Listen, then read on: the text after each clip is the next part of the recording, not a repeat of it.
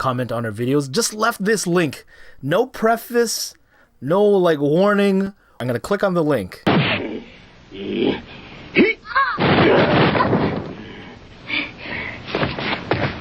This movie looks really good.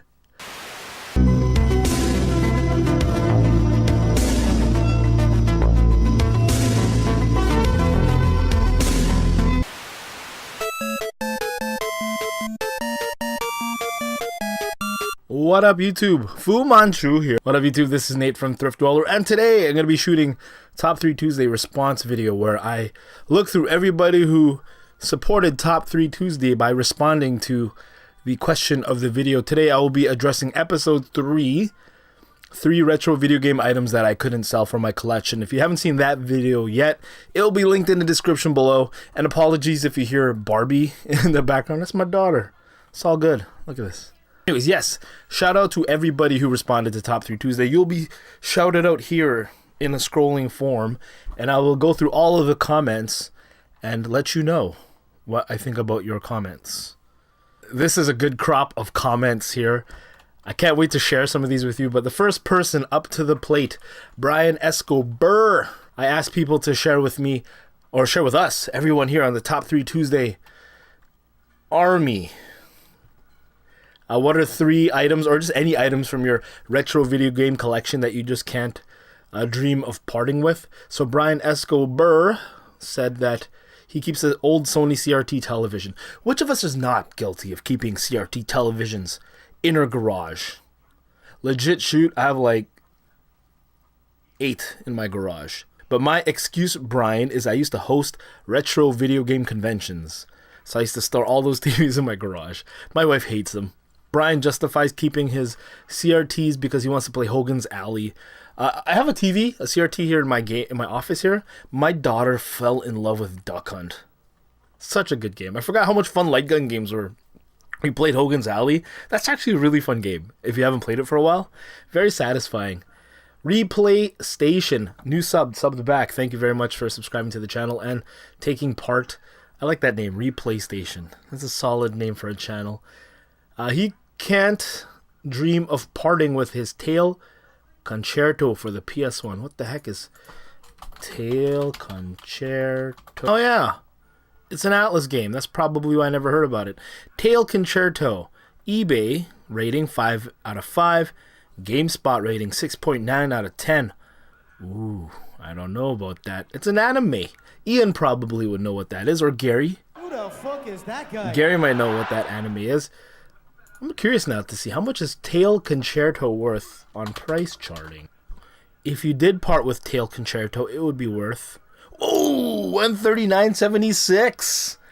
That's a good get there, Mr. Replay Station. Actually, I checked out your channel. Look like you have a very interesting channel there on YouTube, so keep it up. My PlayStation kiosk would be very tough to sell. One of the videos I want to do is top 3 things that, why the hell did I buy that? You can see it in the shot here. That PlayStation cabinet. Why the hell did I... That thing's huge. It is the worst media cabinet, like, to hold all my stuff ever. It is very, very impractical. Like an arcade. Who the hell buys arcades? Very or pinballs. Who the heck plays pinball anymore? I miss that guy quite a bit. Pulse of Positivity. What's up, my friend? Saving lives as always, him and I. Brotherhood. I don't want to get into it. Let's just say Pulse and Positivity and I are stonecutters. He would have a problem selling his Conker's Bad Fur Day, which he purchased when it was first released. Yeah, that would be a tough one to get rid of. At least your mom didn't send your games to the Philippines. GTA 5 Collector's Edition. Yes, it's newer. Yeah, that's not retro, bro. I went to midnight release and dropped 180 bucks for that. And his top-loader Nintendo. That is sweet. That is something that I've had a chance to buy top-loaders Nintendos in my retro video game hunting days, and I never picked it up for whatever reason.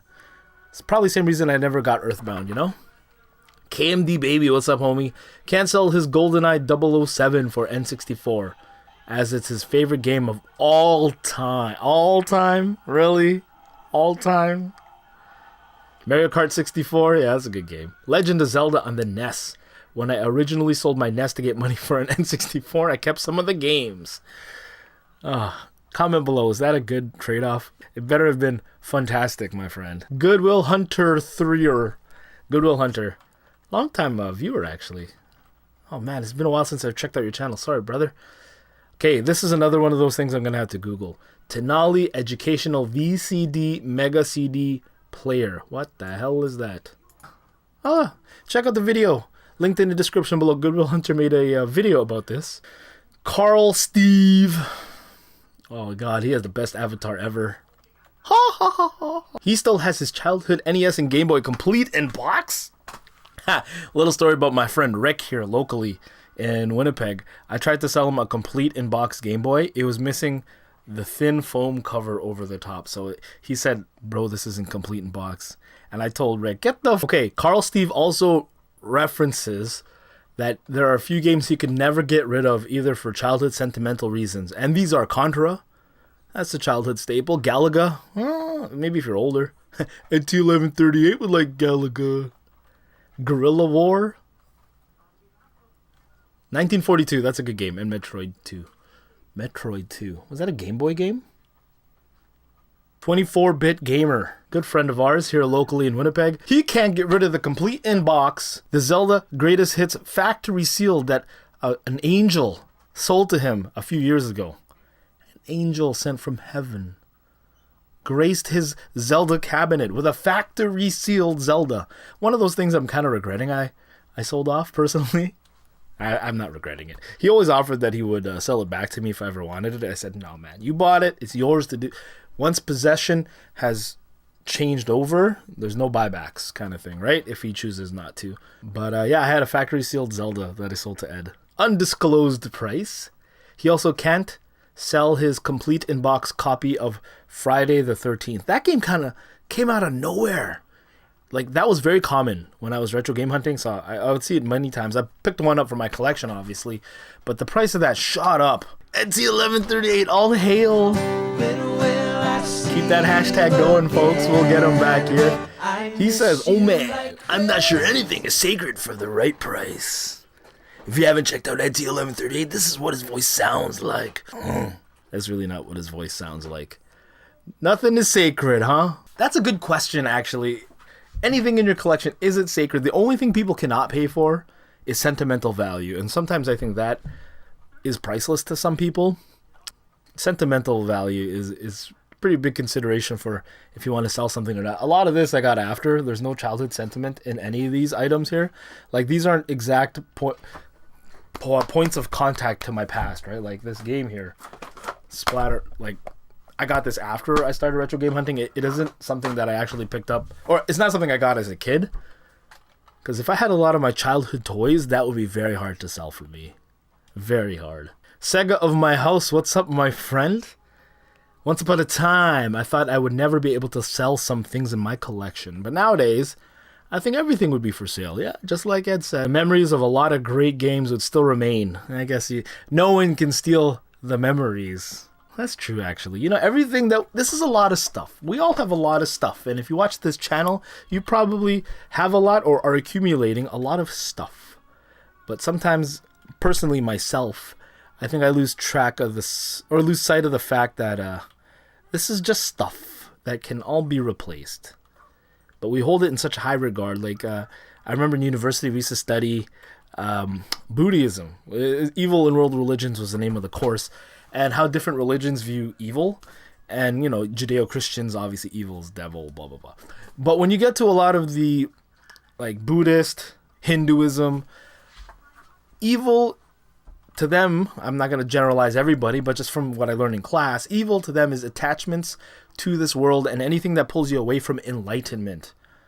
So, to a strict Buddhist or practitioner of Hinduism, this whole office is like tying me here to this earth, and hence may be considered evil, because it removes me from spiritual enlightenment. Right? And some people go as far as to, just before they die, they like divorce their wives, they sell off all their earthly goods, and they essentially become monks before they die, so that they in order to transition, I guess, over properly, they just have no attachment to this earth. It's a very interesting thing to think about in today's asphalt matrix. It's the life and times of Steve. That's a good name for a channel too. I've seen him many a time. He doesn't collect retro anymore, but he's owned Pokemon Gold since launch. He shares a story. I don't know if any of you have had this story. It's happened to me before. My file on my Final Fantasy 4 for the Game Boy Advance, the battery died, and I remember I put so many hours into that because that Game Boy Advance was like my travel companion, right? I play that on the plane a lot, play that on the bus to school and everything. And for like even after I could beat the game, I would just pump up my stats. I don't know if my goal was to like max out, experience points, hit points, potions. I remember one hour long trip. I think I would literally just keep getting money to buy potions so I could get 99 potions in my inventory. Anyways, long story short, I open it up a few years later and the battery's dead. Then I tried to sell the thing to the local video game store and they tell me this is a bootleg copy. For years I've owned a bootleg copy of Final Fantasy IV. That's why the battery died. Anywho. Yeah. I brought that story up because the life and times of Steve. He went to play his Game Boy or his Pokemon Gold. He went to play it 5 years later and found out that everything was lost in the data because his battery was dead. Struggle is real, my friends. The struggle is real. Now, in this video, I was responding to people who had responded to my top 3 favorite video game-based movies. And Games Tech Fun. Rampage was garbage. Actually, I haven't seen Rampage yet, and I probably won't see it in theaters, to be honest. Like, story-wise, CG-wise, was it just a big summer blockbuster? Because your boy Nate, I'm not very hard to amuse. B-movie boss right here. I love B-movies. Things that would just bore the hell out of people, I find very entertaining. Kid Shoryuken can attest. I like channels, YouTube channels, that talk about watchmaking. The proper term is horology. On one of our response videos for Top 3 Tuesday responses, Cabbage, who is a person I've seen a few times comment on our videos, just left this link. No preface, no like warning. What is this? He left it on a video that I guess the theme was top 3 video game movies responses. So he left this link, okay? Here, I'm going to click on the link. I did this, I was at work on my break. I was like, what the hell is this link? It's going to take me to something very disturbing.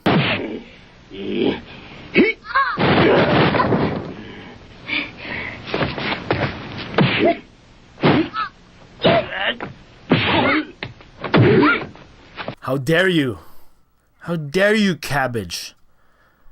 You leave a link for a movie that looks fantastic. 하나는 힘이고 또 하나는 사랑이야. 난 이미 사랑을 선택했어. 사형은 힘이 강하니까 우린 서로 경쟁할 필요가 없잖아. Ken. But it's foreign and has no subtitles? What is wrong with you? That's teasing me. This movie looks really good. Like I said, the B-movie boss, Nate, I would be very amused with this movie. I just wish I could understand what people were saying in this movie. Looks like a fantastic movie. I would love to give you a big thanks, Cabbage, for leaving me that link. Throughout work, and even when I got home from work that night, I watched this really bad Street Fighter live action foreign movie. I guess it's Korean live action. Oh my god, this movie looks fantastic. Fantastic. If you haven't seen it yet, I will leave that link for you guys linked in the description below. But I heavily recommend y'all watch it. And also, I'm going to put this in a future video, but just a quick shout out to Gil Payne. My friend left a response video for a video from Top 3 Tuesday. Oh, I really do appreciate someone taking the time to leave a response video. I started watching at work, the video, but I didn't want to get in trouble. So I'm going to watch it right now, actually. And I will bring this up again in a future video. But again, Gil Payne, thank you very much. Gull. His name's Gull Payne, sorry. Gull Payne. Spelled like Major Payne. You guys remember that movie?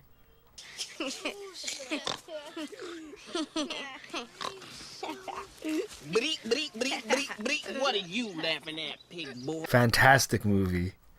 Check out episode 4. It's up already as of me shooting this video. Top 3 Nintendo games. They're not really top 3, but 3 awesome Nintendo games that are $10 or less on the Nintendo Entertainment System. A really cool topic to me because I just noticed a lot of Nintendo games are not spiking, or some of them are even dropping. A lot of them plateauing at this like $10 stress line. So check it out. Thank you very much for everybody who helped out Top 3 Tuesday. This is Nate from Thrift Dweller. Subscribe to the channel. Ring that bell. Will Smith. And that's it. Good night. Take care of yourselves. And eat your hair there. I bit my tongue. Fuck, why I keep biting my tongue? You see shoes here? I'm going to do a video. This is my 2018 thrift store shoe haul. I'm going to reveal a big secret for y'all sneakerheads out there. It's probably well known. It's just for me. I don't like to tell a lot of people I'm doing this.